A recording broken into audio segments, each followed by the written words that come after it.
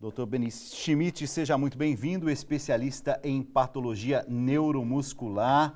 Tem uma experiência vastíssima, ele é professor adjunto de patologia cirúrgica da Unifesp. Muito boa noite. Boa noite, Dalcides. Alegria de poder, levar conhecimento e informação. Nosso público entra em contato com a gente e diz assim, a gente gostaria de tal tema no programa. A gente vai atrás de um profissional desse, daquele, tal, e traz. Distrofia muscular. Vou dizer para o senhor que eu não sei absolutamente nada sobre esse tema. Tem um jeito de explicar isso de uma forma fácil para a gente que não sabe? Vamos tentar, né? Vamos lá. Então, são doenças cruéis, porque são doenças que comprometem o músculo, né? São doenças progressivas, hereditárias, quer dizer, elas são transmitidas por genes, e onde a carne, o músculo, vai sendo substituído por gordura e tecido conjuntivo. E com isso, as pessoas vão perdendo, as crianças vão perdendo as funções e cursam indo para a cadeira de rodas, né? E foi justamente por isso, porque foi um pai e uma mãe que nos escreveram dizendo justamente isso. O nosso filhinho está, não sei se o filhinho aí 7, 8 anos, é isso? Isso. É nessa idade que os tem sintomas, a eles começam geralmente ao torno de 2, 3 anos de idade. E na nossa experiência, na Escola Paulista de Medicina, geralmente o pai, ele conta para a mãe que a criança começou a cair, né? Essa é a primeiro sintoma que alguma coisa não vai bem. E por incrível, por ironia do destino, essas crianças são muito belas, e também por ironia do destino, elas parecem mais fortes que as outras crianças. Porque, na verdade, o músculo ele vai sendo substituído por gordura e, num determinado momento, ele incha. E depois a família fica sabendo que, na verdade, elas não são tão fortes assim, né? A Luísa é aqui de São Paulo, está fazendo uma observação e ela diz assim, é uma doença que só atinge meninos. Ela tem razão? Não, é uma doença que predominantemente só atinge meninos, porque ela está ligada ao cromossomo sexual, o X, né? Mas em algumas oportunidades ela pode atingir as meninas também. Tem uma idade que é assim, uma idade limite para essa doença se manifestar ou não? Olha, a principal delas é a distrofia muscular de Duchenne, né?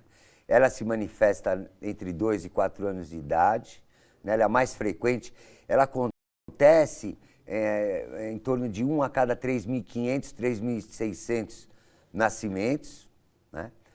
Então, ela é a distrofia muscular mais frequente. Todas as distrofias musculares, o quadro clínico dela, né, elas se apresentam pela perda de função da massa muscular e de movimentação, né?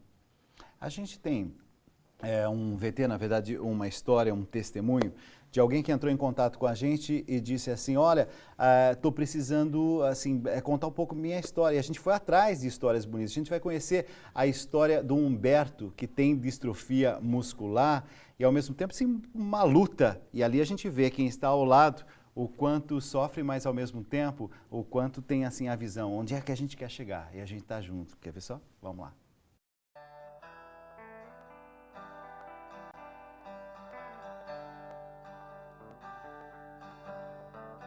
O Humberto sempre teve uma vida normal, né? Frequentava a escola normalmente, brincava, sapeca, né? Mas a gente notava assim que ele tinha uma dificuldade para caminhar. Quando sentava tinha dificuldade para levantar, muitas vezes precisava de ajuda, né? Então a gente notou que tinha alguma coisa errada. Foi em 2005 que a gente foi procurar um médico traumatologista pediátrico em Porto Alegre. E esse médico só, tipo assim, ele pediu para o Betinho sentar, levantar, caminhar. Ele disse, olha, o teu filho tem distrofia muscular, sem fazer exame nenhum e tudo. Então, depois disso, ele disse que a gente deveria procurar, né, alguém. A gente passou por vários médicos e nenhum médico, na verdade, queria, assim, pegar o caso, porque era um caso difícil e tal. E a gente Passou por muitos médicos até que a gente encontrou o Dr. Beni, que daí deu uma nova esperança, um novo caminho para tentar buscar uma ajuda para ele. Olha, desde que a gente veio para cá, isso fazem 4 meses agora, ele já teve muito progresso, assim, né? Coisas que ele não conseguia fazer, ele está conseguindo, a força dele melhorou um pouco, né? A gente sabe que isso é um processo assim longo, até pela patologia, não pode ser muito rápido, as coisas têm que ir com calma, todo excesso para ele não é bom, né? Mas ele recuperou bastante a força, coisas que ele não conseguia fazer antes, ele está fazendo. Deitar de bruço, por exemplo, ele não conseguia deitar, hoje ele consegue. Então é uma luta todo dia, mas está sendo muito bom mesmo, sim. O resultado está sendo ótimo.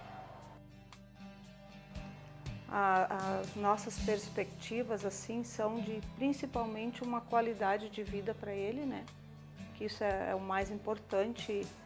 E assim, a gente sabe que na medicina ainda hoje não existe uma cura, mas já tem vários remédios que estão surgindo, né?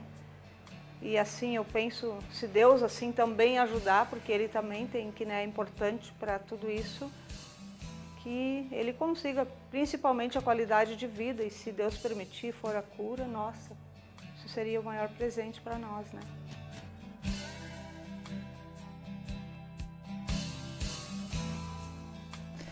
São mulheres como essas, né? Márcia, lutadora, pega o filho do Rio Grande do Sul, não foi isso? Isso. Vamos para São Paulo, tem perspectiva, tem esperança. Eu acho, Dalcides, deixar uma mensagem para o telespectador o seguinte: hoje a gente está vivendo na época da genética e os cientistas estão tentando tratar de um gene. Num futuro muito próximo, os cientistas poderão até tratar de um átomo. Mas a gente não pode perder a ideia que esses genes e esses átomos fazem parte de um organismo vivo, de um corpo humano. Então é preciso tomar muito cuidado para a gente não desumanizar a medicina. E a distrofia muscular de Duchenne é uma boa maneira de a gente trilhar o caminho da reumanização. A gente nunca pode tirar a esperança de ninguém, mas também não pode iludir ninguém. Primeiro porque ninguém vive sem esperança. E é um pecado a gente iludir alguém. Com relação à cura ou ao tratamento específico, existe muita pesquisa em andamento, né? No dia 25 desse mês, Rudnick, no Canadá, publicou um trabalho maravilhoso com célula primitiva, célula satélite, mostrando que falta a proteína do Duchenne já na vida intrauterina, que é uma grande expectativa para o futuro. E há a possibilidade, talvez, no futuro, de se repor alguma coisa? De se repor alguma coisa. Enfim, o médico tem que perder essa mania de fazer prognóstico. Tá. Porque prognóstico pertence a Deus. Perfeito. E todo bom cientista, aliás, se aproxima de Deus, porque a ciência não explica a vida, né? Então, em vez de fazer prognóstico, qual a função de um reabilitador? Qual a função das pessoas que trabalham com reabilitação? Qual a função do neuromuscular? Dar qualidade de vida. A gente viu no vídeo, puxa, meu filho está conseguindo se virar sozinho na cama. Uma coisa... O que é uma conquista numa situação assim. Uma conquista enorme para a criança. Então, o médico não está aqui para curar. O médico está aqui para dar dignidade, nesses casos, de viver e com a melhor qualidade de vida possível. O Andrés Richard, de Santa Catarina, está dizendo assim: já comecei a ficar preocupado. Meu filho, de 14 anos, tem cãibras excessivas. Tem alguma coisa a ver com distrofias musculares? Não, as cãibras... Qual é o nome do telespectador? Andrés Ricardo. O Andrés, não, com relação à distrofia muscular, eu acho que você pode ficar tranquilo. As cãibras acontecem em outro tipo de doença muscular, quando é realmente uma doença, que são as doenças metabólicas, né? Mas que não cursam da mesma maneira que a distrofia muscular. Cadeira de rodas, a criança vai conseguir andar sem auxílio de cadeiras de rodas, por exemplo, num futuro? Então, a gente tinha que perguntar para Deus, né? Perguntar para Deus, né? O prognóstico... Porque cada caso é um caso, é isso também? Não, na verdade é o seguinte, a gente também tem que ser realista. Hoje, a distrofia muscular do Duchenne tem um final que as crianças acabam falecendo por insuficiência respiratória, a longevidade de 30 anos, às vezes até mais, dependendo do carinho dos pais, da presença física dos pais, das pessoas que estão cuidando dela, né? Tudo isso interfere. Tudo isso interfere. O amor interfere muito, né? Uma criança bem cuidada, ela tem uma qualidade de vida melhor, logicamente, né? Mas dizer se essa criança vai voltar a andar um dia, eu acho que é um prognóstico. Olha, existe um cientista chamado Stephen, me fugiu o sobrenome de Stephen King, me fugiu o nome dele, me perdoe, e que ele foi a 5 médicos que disseram que ele ia morrer em 4 anos. Né? E ele já matou todos os médicos já morreram, e ele continua... Stephen Hawking. Sim, exatamente. Stephen Hawking, com esclerose lateral amiotrófica. E ele continua vivo, trabalhando, né? E com a qualidade de vida que foi possível, né? A vida é sagrada. A gente, quando vai envelhecendo, viu, Dalcides? A gente começa a entender melhor e aproveitar melhor cada segundo da nossa vida. Por quê? Vou deixar uma mensagem para o teu telespectador. Quem não consegue aproveitar esse minuto de hoje, de nós dois aqui na vida, não vai aproveitar a vida. A gente tem que começar a aproveitar cada minuto que a gente está vivendo, como o nosso daqui agora. Olha, são várias perguntas chegando. A gente tem pouco tempo, mas assim, eu não posso deixar... A Cláudia, por exemplo, Ribeiro, aqui de Botucatu, ela está dizendo assim, meu filho tem 7 anos de idade. Eu já fui chamada na escola porque eles estão preocupados que o meu filho está caindo muito. Pode ser sinal de distrofia? Qual é o nome da telespectadora? Cláudia. Cláudia, então, pode. E ela deve procurar, em primeiro lugar, um neurologista. O doutor, meu filho está aqui. Distrofia é uma doença que pode ser considerada uma doença fatal? Luiz Carlos. Ela é uma doença fatal. É uma doença fatal. Ela é uma doença fatal. Então, o óbito acontece entre a 2ª e a 3ª década de vida. Hoje, amanhã, não sei, porque existem já terapias gênicas em curso, né? Existe uma professora que eu admiro muito, Ana Lúcia Langer, né? Que eu adoro essa pesquisadora, batalhadora, né? E quem sabe um dia essa brasileira possa nos dar alguma coisa a mais.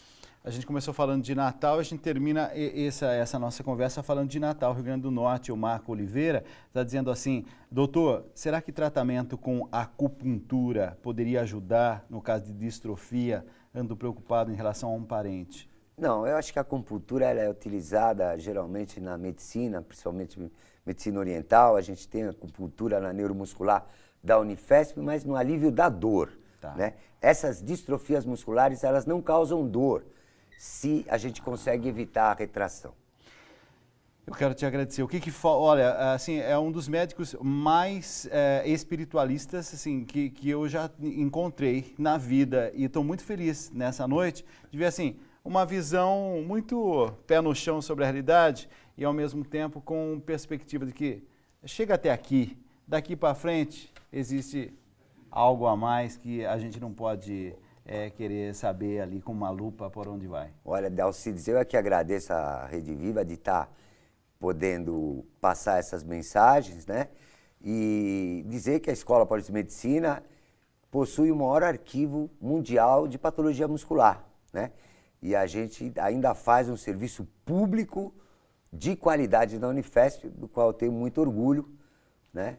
E queira Deus que ninguém precise, mas isso não é a verdade, né? Mas nós estamos abertos a um serviço público do Brasil.